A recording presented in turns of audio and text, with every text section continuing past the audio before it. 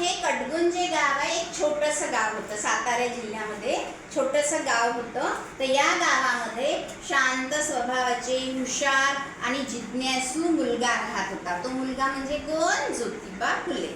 महात्मा ही पदवी मिळाली नंतर त्यांना. तर त्यांच्या घरची परिस्थिती चांगली होती पण साधारणच होती. कशी होती? साधारण होती.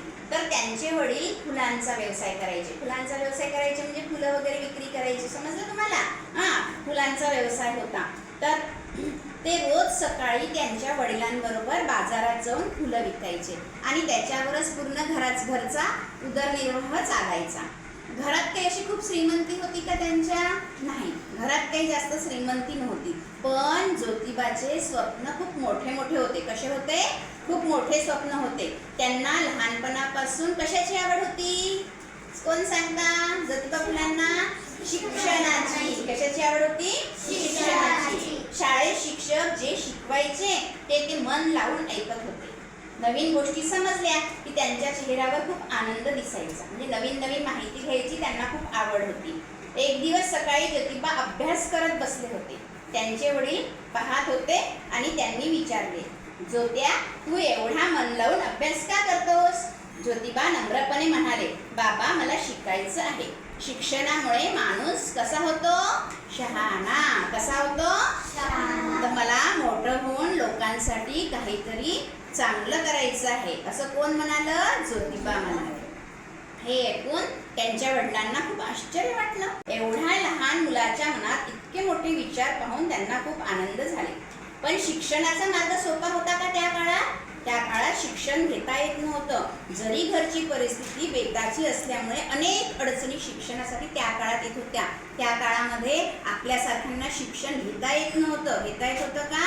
नाही. तर म्हणून त्यांना खूप अडचणी येत होत्या.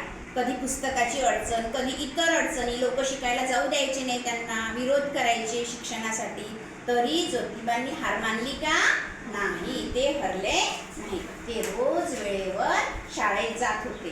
शिक्षकांनी दिलेला अभ्यास पूर्ण करत होते आणि शाळेत शिक्षकही त्यांच्या जिद्दीमुळे, त्यांची जिद्द बघून शिक्षक सुद्धा त्यांचे काय करत होते? कौतुक करत होते.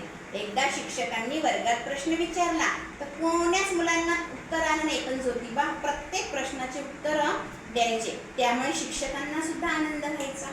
मग शाबास ज्योतिबा असं शिक्षक सुद्धा म्हणायचे की तू खूप मेहनती आहेस. तुमचं जर कोणी कौतुक केलं, तुम्हाला अजून जिद्द येते ना, तुम्ही अजून अभ्यास करता, तर त्यांना सुद्धा तसंच वाटायचं. तर शिक्षणामुळे माणूस स्वतःचे आणि समाजाचं जीवन बदलवू शकते. लहान वयातच त्यांची जिद्द, मेहनत आणि मोठी स्वप्न हे पाहत होते. आज आपण ज्योतिबांना महान समाज सुधारक म्हणून ओळखतो ना. काय ज्योतिबा? महान समाज सुधारक. त्यांच्या शिक्षणासाठीच्या जिद्दीमुळे ते महान समाज सुधारक झाले आणि त्यांच्यामुळे आज आपण शिकत आहोत ना. नाही तर शिकायची मुभा नव्हती आपल्याला. तर याच्यावरून आपल्याला असा बोध घेता येईल, ज्यांच्या मनात शिकण्याची जिद्द असते त्याला कोणतीही अडचण थांबवू शकत नाही. अशाच प्रकारे कोणीही असो तो शिकू शकतो आणि ज्योतिबांसारखा मोठा माणूस बनू शकतो. म्हणजे शिक्षणाने काय होते की आपला समाज सुधारते, आपण सुद्धा मोठं होतो, असं ज्योतिबांचं म्हणणं होतं. म्हणून आपण काय केलं पाहिजे? शिकला पाहिजे, अभ्यास केला पाहिजे, जिद्द ठेवली पाहिजे, चिकाटी ठेवली पाहिजे. कंटाळा केला पाहिजे का? नाही.